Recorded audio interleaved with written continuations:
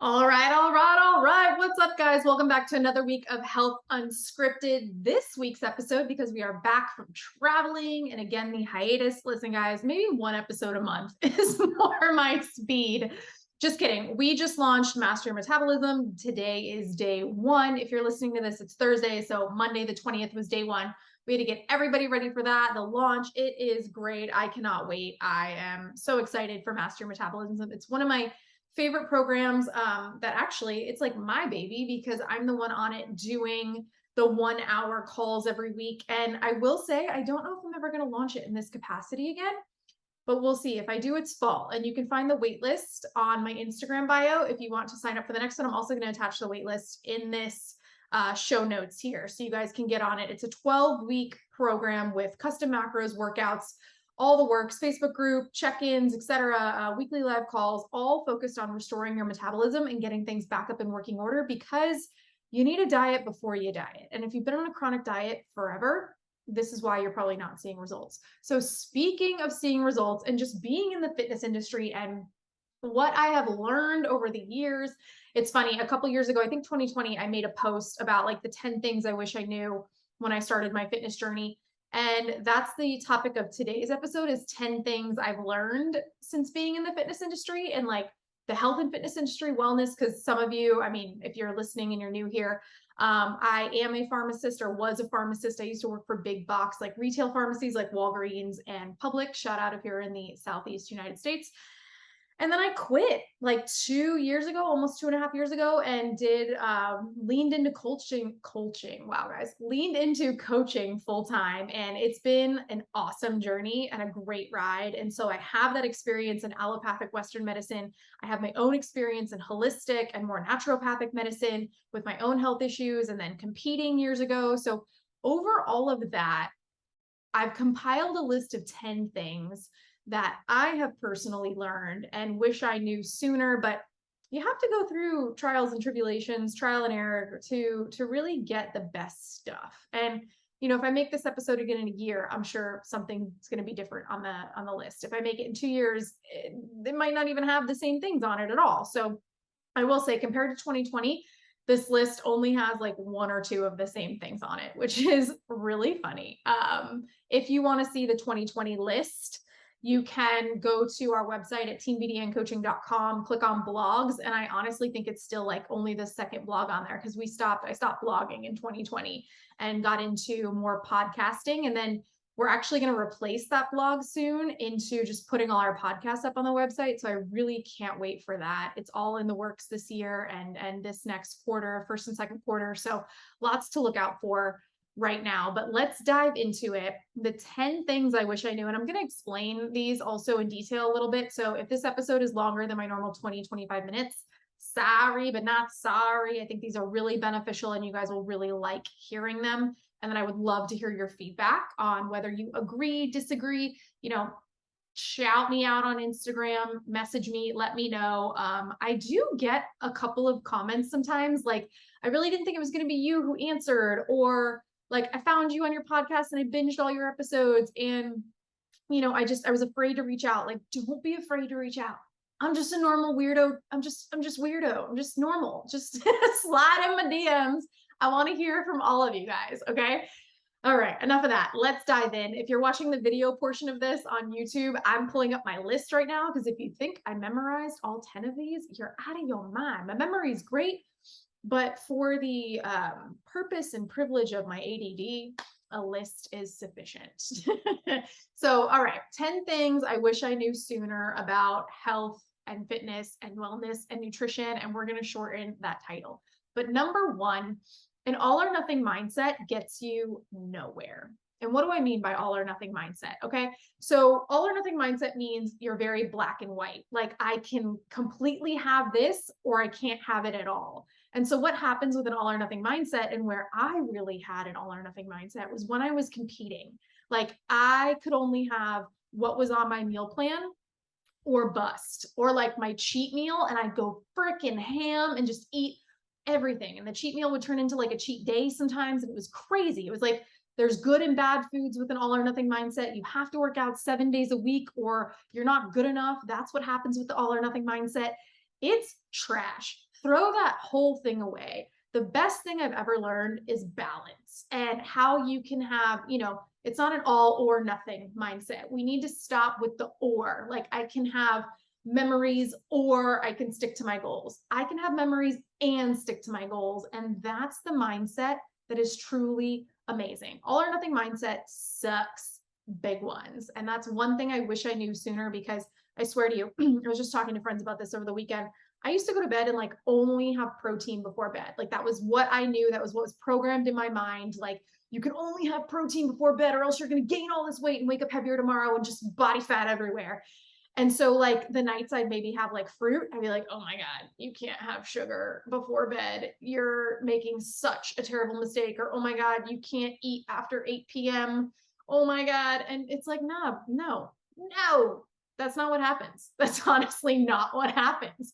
So I quickly learned, or I didn't quickly, this took me years, guys. It took me years.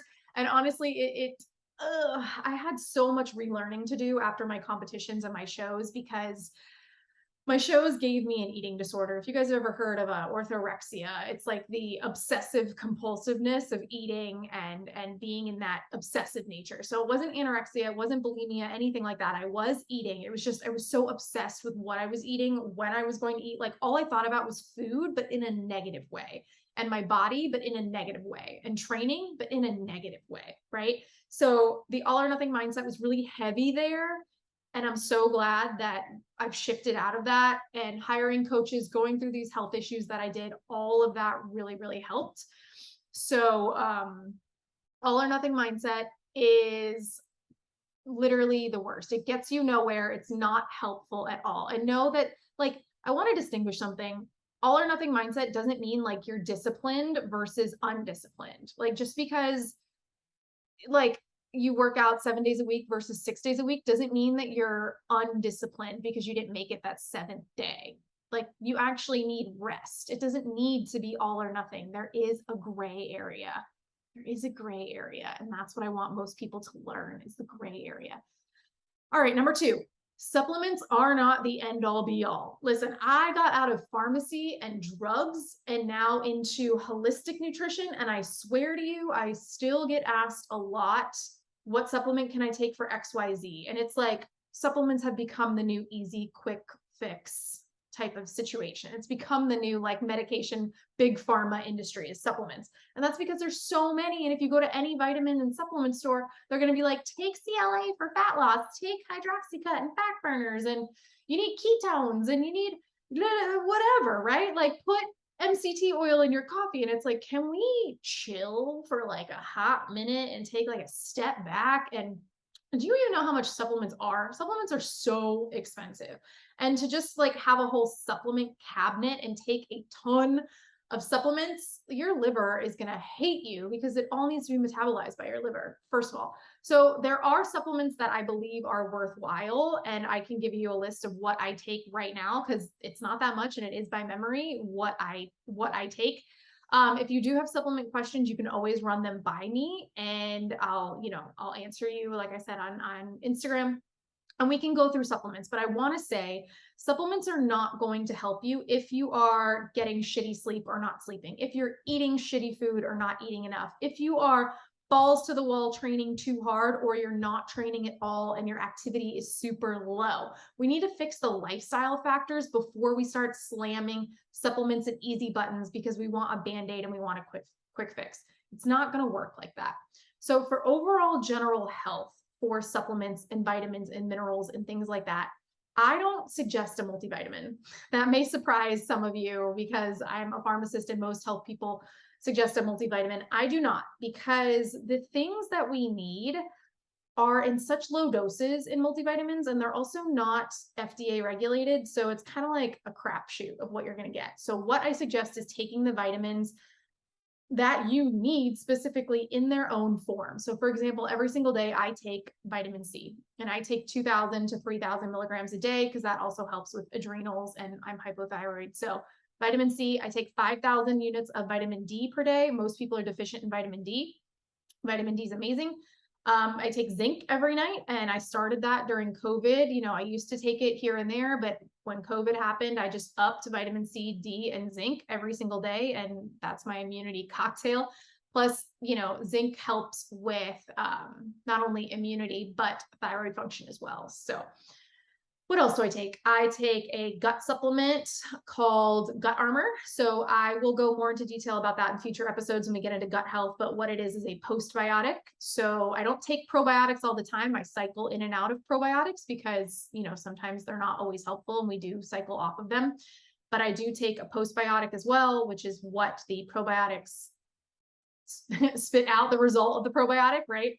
So I take one of those for inflammation and extra gut health. I take L-glutamine every morning in my warm water, which helps with the gut lining as well, and leaky gut and gut permeability. It also helps with muscle soreness and recovery because it's an amino acid. I take collagen. I put collagen in my coffee every morning. That's just simply for extra protein, and it can't really hurt with the hair, skin, nails, and joints. Mostly it's come out in joint health, and I will take it. Same with the skin. I'll take that too. Protein powder is considered a supplement. I definitely use that to get in my protein macros every day. I take creatine every single day, and that's to help with my performance and muscle growth in the gym. What else? Oh, magnesium glycinate. I take that every night before bed, and that's because, again, most Americans, most people are deficient in magnesium, and this is super great for sleep, anxiety, all the things. There's different formulations of magnesium that can be on a different episode as well, but one thing I will say is I do recommend, if you can, taking a micronutrient blood test, if that's available to you at any point in time. Then you can really see where you're deficient and get the vitamins and minerals you actually need from doing one of those tests instead of just like crap shooting, right? I also really like NAC and glutathione. Those are liver support and antioxidant support, because what happens now is like the food and the quality of food and the quality of soil sucks. So I would prefer people take vitamins and minerals. If we can't get it in our diet, even if you eat super healthy and clean, sometimes you just can't get it in your diet. But as far as like sports performance supplements, definitely would recommend like the protein powder, creatine, L-glutamine for gut health, collagen I like. What else? I feel like there's a ton more that I'm like forgetting, but again, if you have any questions, you can ask me, but they're not going to drastically improve your life in any way unless you are deficient in those things. And the only way to know if you're deficient is to get a test. Go test. Okay, number 3, macros. Listen, this is going to be personal to me, but I'm going to share that part of the story. Macros and tracking are life.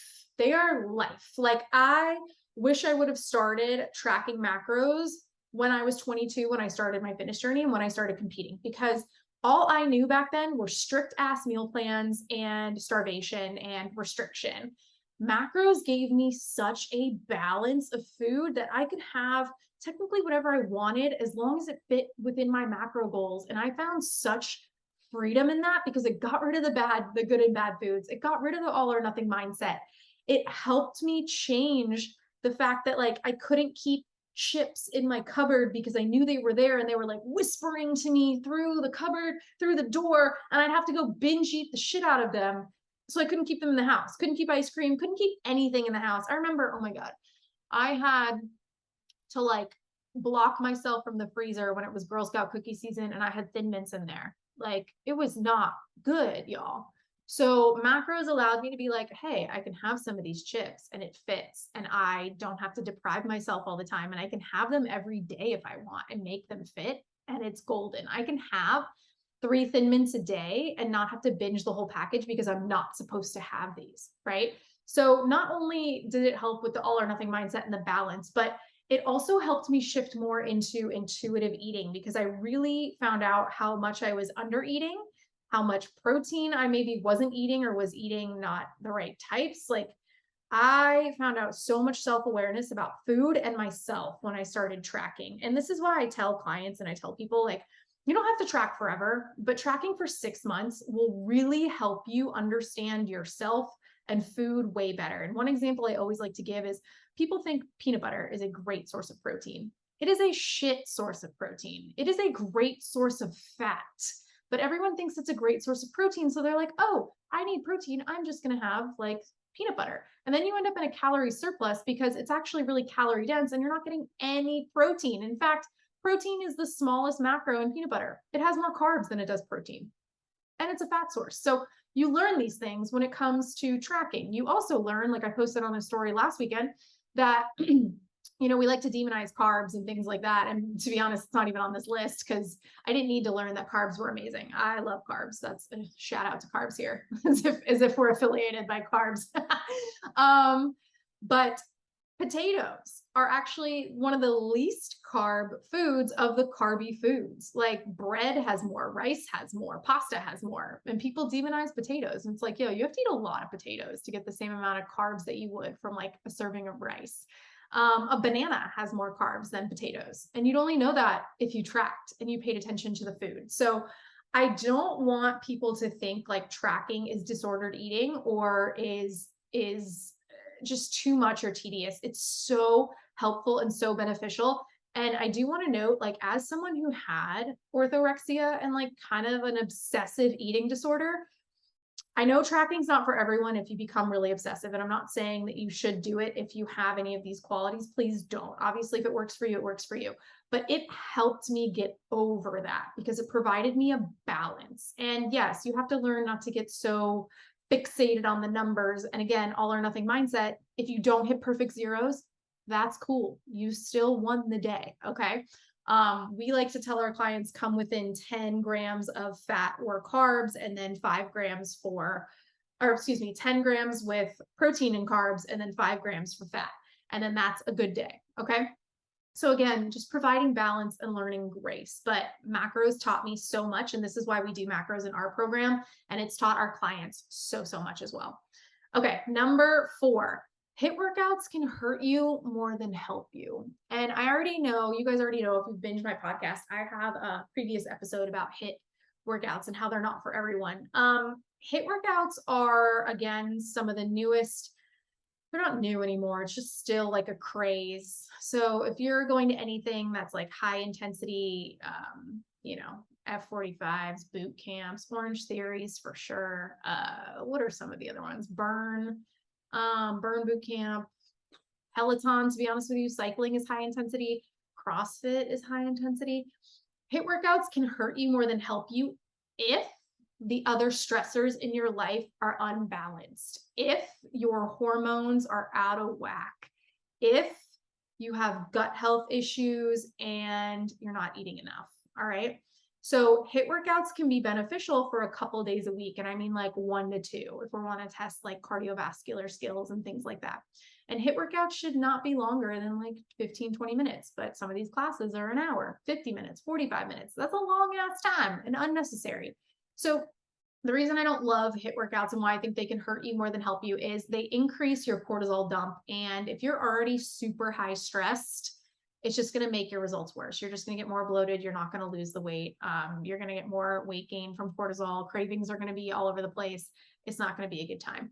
Most people who are doing HIIT workouts are also under eating, and they're also cutting out carbs because we're on a weight loss journey. So all of that tied together is like a recipe for disaster for your hormones and for your metabolism. So it's just further going to drive your hormones out of whack. And a lot of people get up early in the morning to go do these classes and they don't eat breakfast. So fasted HIIT workouts are even worse, y'all. These are the ones that can hurt you more than help you.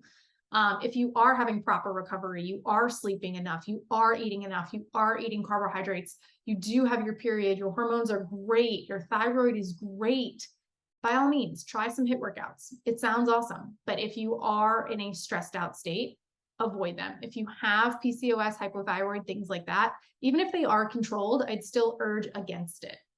HIIT workouts fucked me up, and that was contributing to my thyroid issues. And now I don't do them at all, ever. I can't remember the last HIIT class I did. And if anyone asks me to go do one with them, I will kindly say, no, ma'am. I'm not interested. I guess I could do it to like test my endurance and my cardiovascular skills, but I don't want to. I don't have a need to. I guess you could say it's like a PTSD.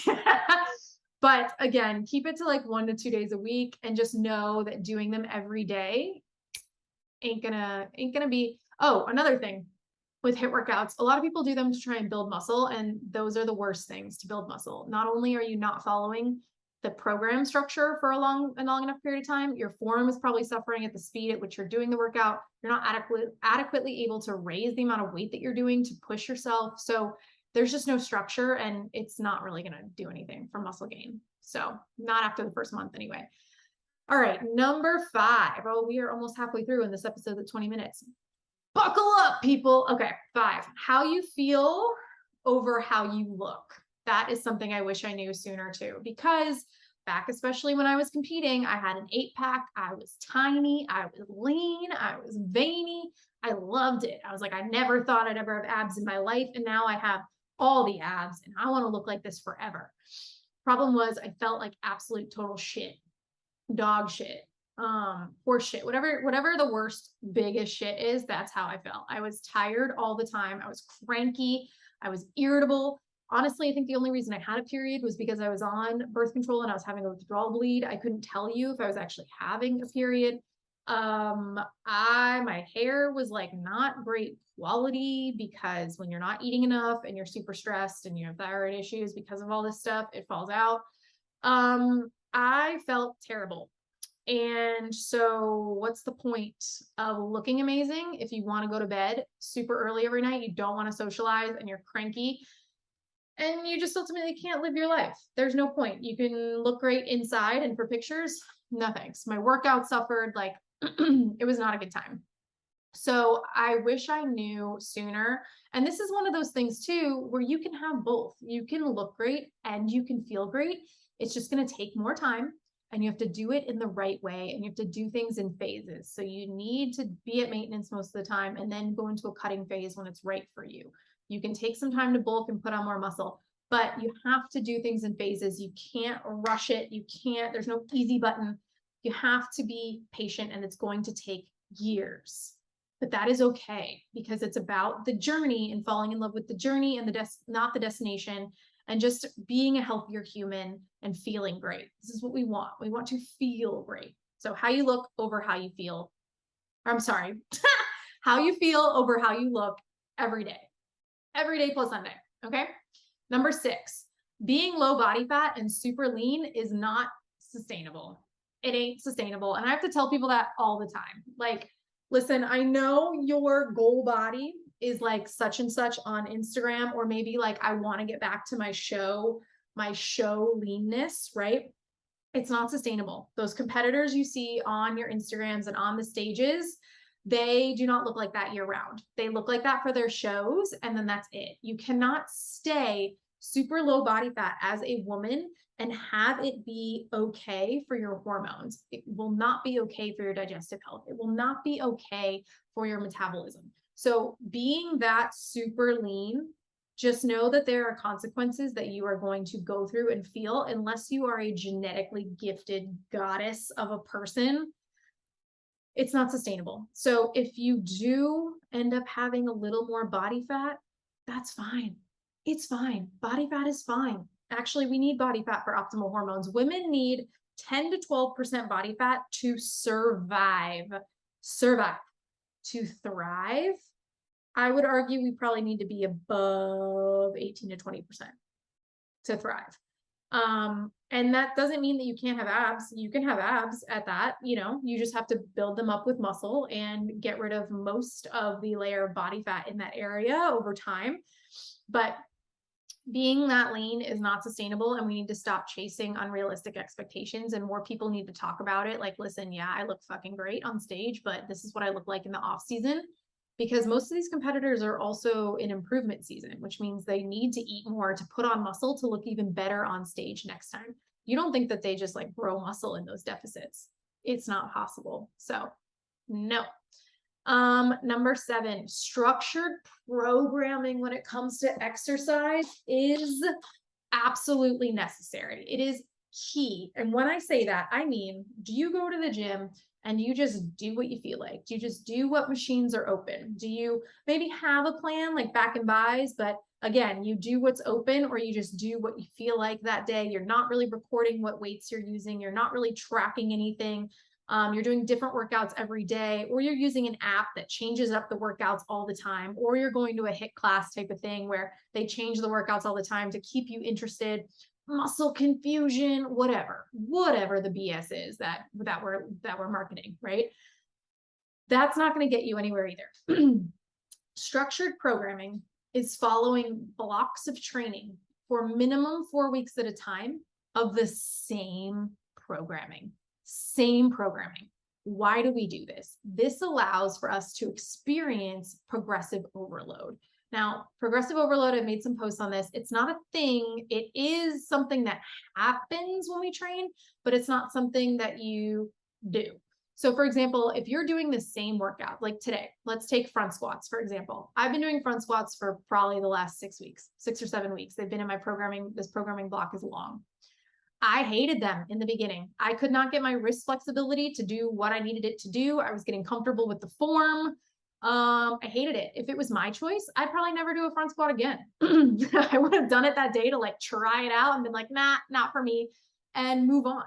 However, front squats are such an amazing exercise for the quads, and it helps with glute engagement, with taking the pressure off your lower back.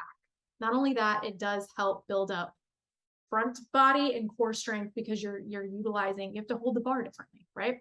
So it's such a great exercise. And what these progressive overload training blocks allow you to do is they allow you to get more comfortable with the movement week to week. So by week 2, maybe my wrists were feeling a little better and I was like getting deeper in the squat. So I like understood how to do it better. Like, okay, second time around, I'm starting to get a little used to it. I like it.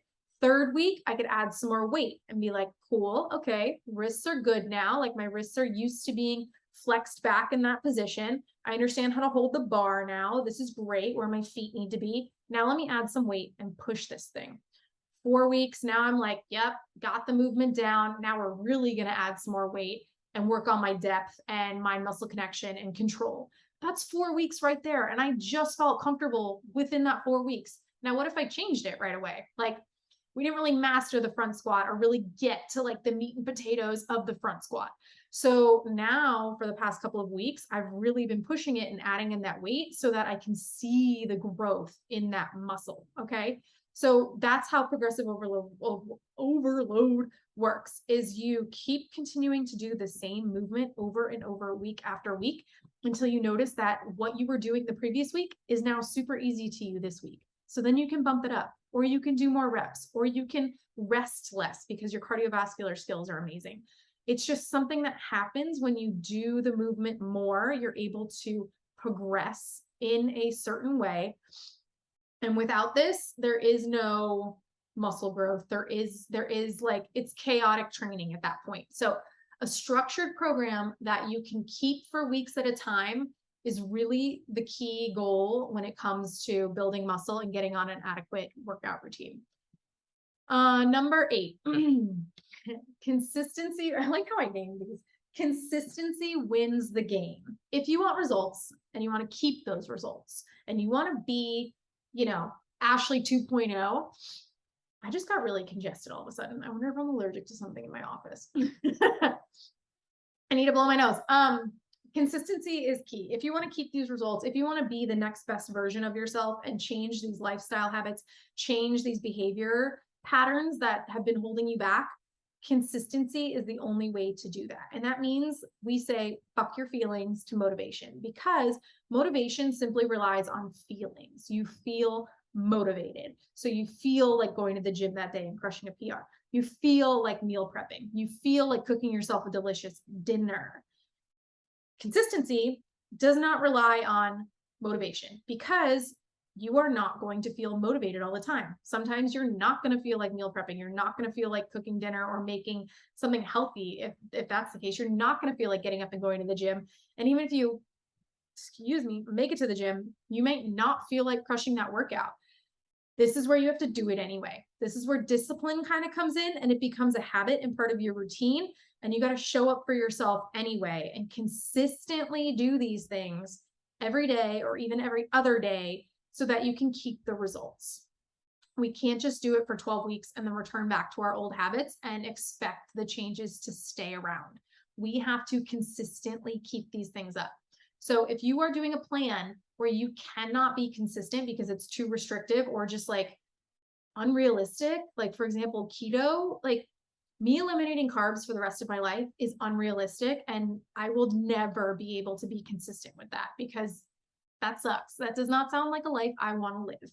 So I would not be able to be consistent with keto. I would not be able to be consistent with 2-a-day workouts if that's my plan, because again, life, and it's unnecessary. That's an all or nothing mindset that I used to have back then too, is 2-a-days. You need to find something that you can be consistent with and do it day in and day out. And that is how you become the 2.0 version of yourself, is being consistent with the small changes that's what's going to make the biggest change overall. That is the biggest dial mover, is consistency. Consistency 100% is the name of the game. It wins the game. The other thing that wins the game is fiber. Fiber is the GOAT. That is how I titled that one. Fiber is the greatest of all time. Another way, if you want to balance your blood sugars, have energy, have healthy poops, actually poop and not be constipated, feel great and not have blood sugar crashes, feel full and satisfied, fiber. Fiber is amazing. I've had another podcast episode on fiber before. It's the magic ingredient to keep your results and weight loss and all the things. A lot of people right now are struggling with insulin resistance and decreased insulin sensitivity due to lifestyle factors and things like that. Fiber is what you want. And the reason why I get so angry at practitioners and coaches who are like, cut out all carbs, is because fiber is only found in carbohydrates. So if you're not eating carbohydrates, you're not going to get any fiber in your diet, and you're going to feel hungry. You're going to feel unsatisfied. You're probably going to be constipated because you don't have anything helping that move through the bowel tissue. Like, protein can be constipating if you're only eating protein. Fiber is amazing. Fiber also blunts the blood sugar response in certain foods. If we're eating like a carbohydrate meal, fiber will help stabilize that so that we don't have that huge spike in insulin and blood sugar, and then that crash that ultimately makes us like hungry and tired and feel gross. Fiber helps with that. We also do want to have daily poops. And, I'm going to tell all of you to look up the Bristol stool chart. And if you're not a 3 or a 4, usually every day, we need to work on your fiber. If you're a 1, we need more insoluble fiber. That means you're constipated. We need more water and insoluble fiber in this case. If you are more on the 6 and 7 and we're having loose stools most of the time, we need more soluble fiber. You can also Google that. This is fiber. Fiber is the GOAT. It is the GOAT for a lot of things. And it is what allows people to still include carbohydrates in their diet without gaining fat, without getting the crashes, without storing the fat. Fiber is amazing. Aim for 25 to 30 grams per day, y'all. Most Americans get under 10. And that shows you how misinformed or uneducated we are about fiber. So 25 to 30 grams per day.